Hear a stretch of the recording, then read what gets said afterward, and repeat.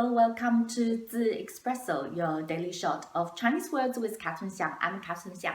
大家好，欢迎来到我的频道字 Espresso。在这个频道里面呢，我们看字和词之间的关系。那么目前呢，我们在我们的数字系列 ，Now we are continuing talk about numbers。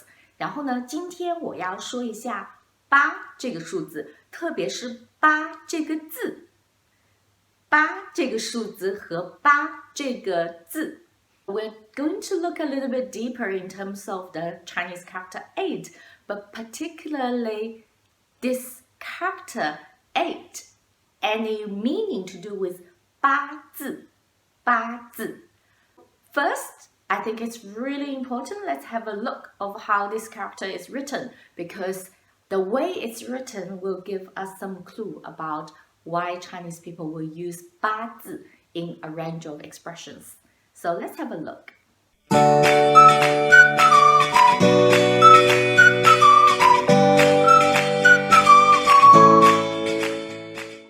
Welcome back. Very easy, right? So how do we write that character in Chinese? Let's have a look together.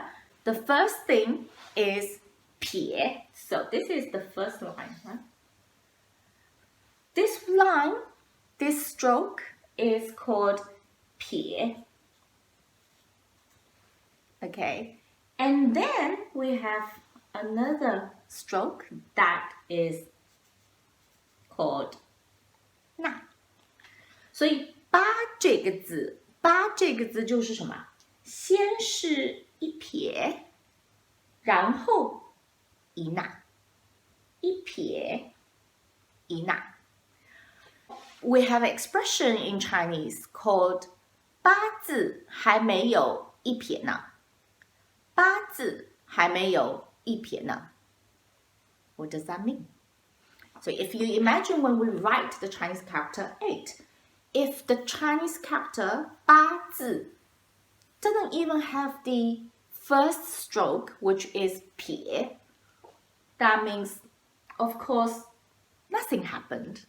Okay, so nowadays 八字还没有一撇 indicate the situation is unclear. It's way too early to say. 八字还没有一撇. But what's the original meaning of 八字还没有一撇? That goes way back to how Chinese people, in the ancient world, when people get married, the first thing they do is they actually look at 生辰八字, 生辰八字 of the bride to be and the groom to be. So 生辰八字 referring to the date and the time exactly when they were born. So usually they will match this to see whether that is a lucky match. If it does match well, then people would allow to get married.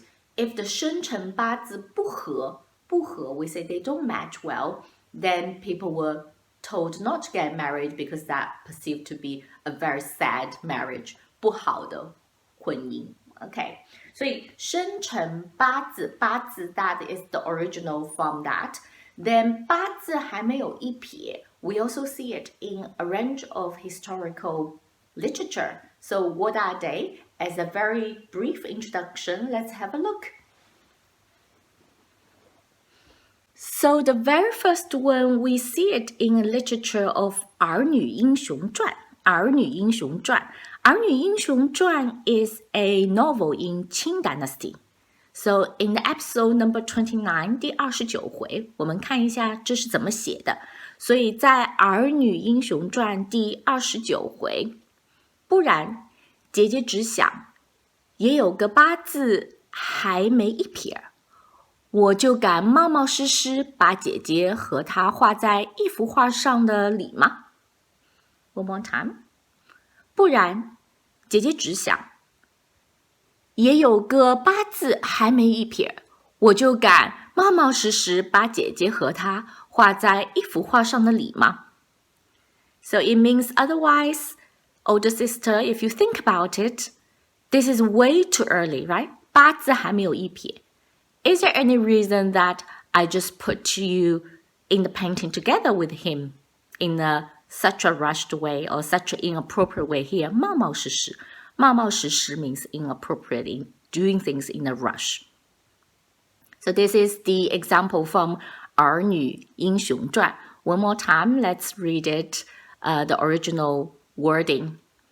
不然姐姐只想也有个八字还没一撇，我就敢冒冒失失把姐姐和她画在一幅画上的理嘛。This 理 here means reason. There's no reason for me to do that. Okay, what about more contemporary? Contemporary, we have 老舍.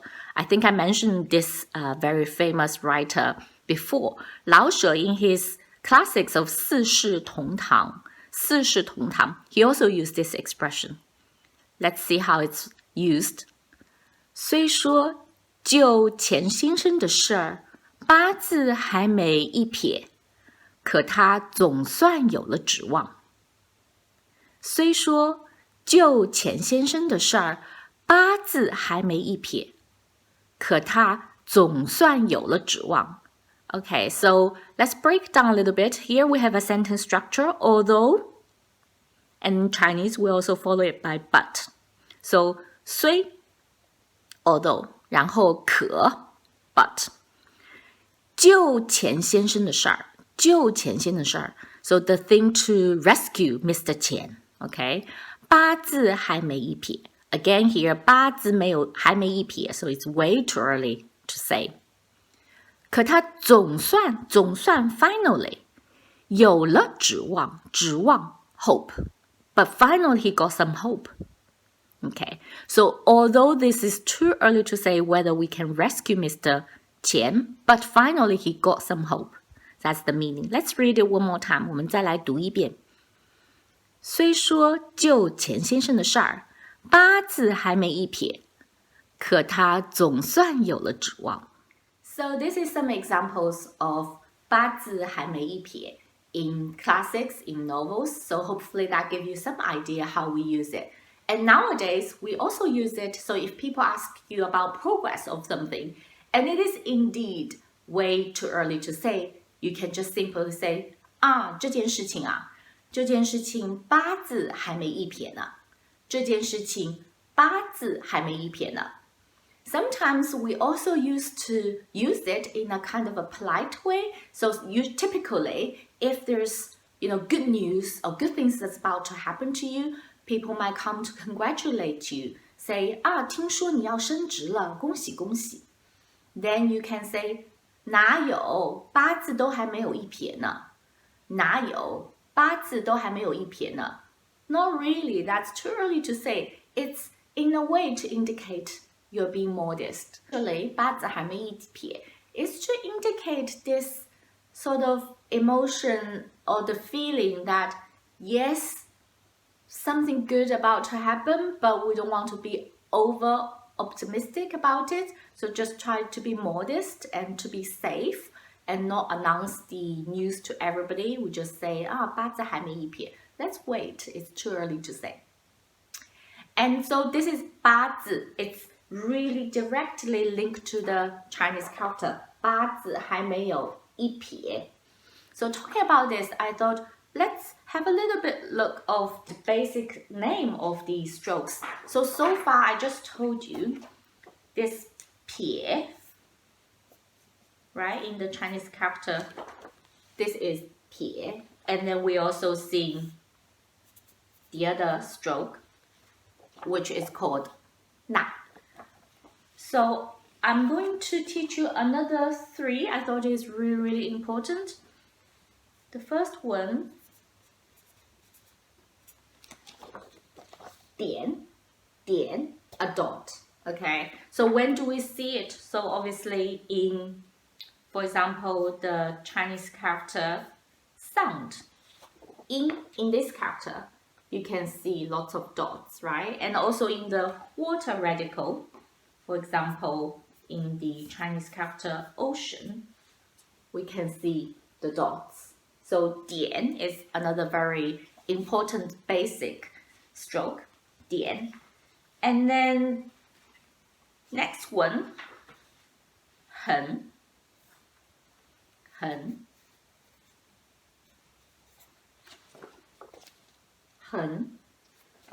This is one of the most common stroke we see, right?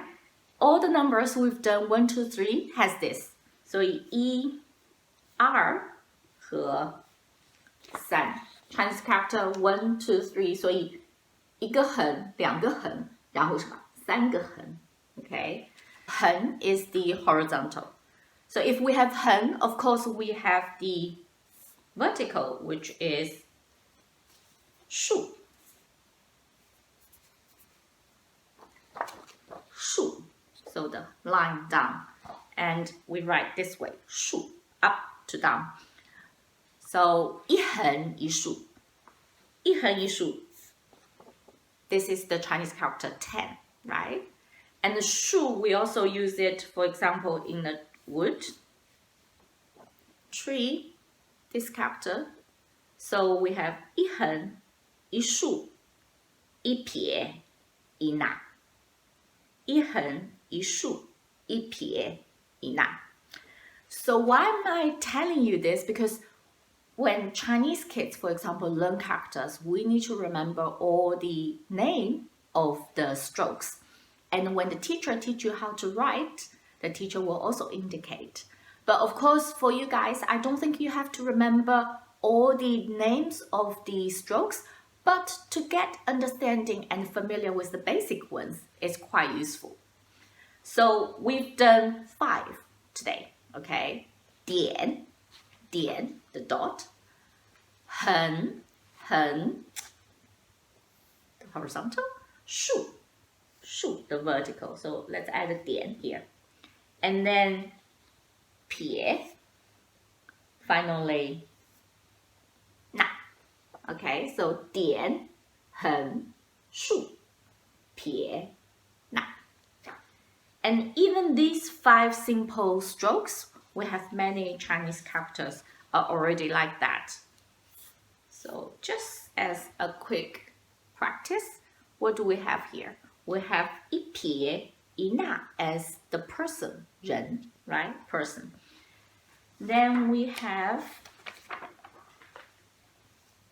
一横一横一竖一横. So this is what? This is the Chinese character king, Wang, king. Okay, so I think that's just a little bit expansion of the knowledge of the stroke, the 5 basic ones I thought would be useful for you to learn, and particularly linked to the Chinese character 一撇，八字还没有一撇呢。The second word I'm going to teach you today, also with 八字. And before we do that, let's actually have a look at the Chinese character 字. 所以我们一直在说八字，八字。The Chinese character 字. So this is 字 espresso, right? 字. Actually, we didn't have time to explore about the 字. Today we're going to do that. 字, it breaks down into, one is the radical. The radical is on the top. That is what? That is a roof, okay? A roof. And then underneath, it's another character, a child. So the Chinese character 字, it's imagine a child learning under a roof. A child learning under a roof. So why is that? Why is Chinese character is a child learning under the roof? It tells you quite a lot of things about actually the Chinese history, also how we perceive Chinese characters. So it's something you're gonna start young, okay? So in the old days, only educated people can read and write. So learning Chinese characters as a child is important. It tells you already it's not something easy. You're gonna learn it when you were little and all the way when you grow up. So be patient, you guys, when you come to learn Chinese characters. Even the character itself tells you it's something you start when you were young. It's something it takes time and effort. The other word we will learn today is 八字胡. 八字胡. Hu is interesting. Hu, it means beard. 胡. 八字胡. 八字胡.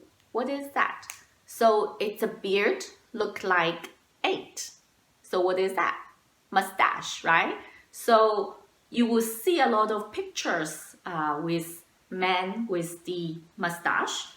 I also have my friend who I call Mr. Mustache. So cute rabbit, but you can see. Does it not look like the Chinese character 8? Indeed, right? So this particular type of mustache, we say 八字胡, 八字胡. And hu, why we say hu as a beard or mustache? Hu is referring to the tribe in the Chinese history, and they tend to have more hair comparing to the people living in the south. So this is the name of hu. So we referring 胡子 as the name of beard, referring to the body feature or body characteristic of the people in the north part of China. So 胡子 meaning beard. And in the old time, we actually, Chinese ancients, they actually like to keep the beard or 胡须, because that indicates it's like only dragon 龙 has the 须. So 胡须 indicate you are as powerful as dragon. So we see a picture here, an image of, let's see which emperor that is. We have the emperor of the Ming dynasty.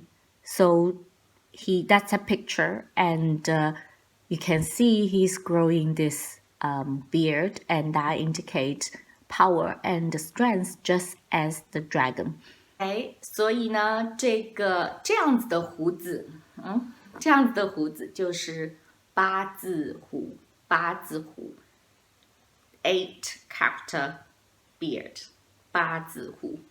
OK, good. 今天呢，我们就学了2个很有趣的词语啊。第一个是一个表达，八字还没有一撇呢。第二个就是八字胡。So today we actually learn 2 nice expressions. The first one, 八字还没有一撇呢, to indicate, nowadays to indicate the things that is still too early to say and you don't know what's going to happen. And then 八字胡, that's mustache in Chinese, but I try to explain a little bit to you why it's called Chinese 8 character beard, and also why Chinese people that in the ancient time they enjoy growing beard. 希望大家喜欢今天的内容，下一次呢，我们一定要说一说数字9和10。好啦，今天就到这里。那么祝你们心情愉快，然后有一个好的星期。Wish you have an excellent week ahead. 再见。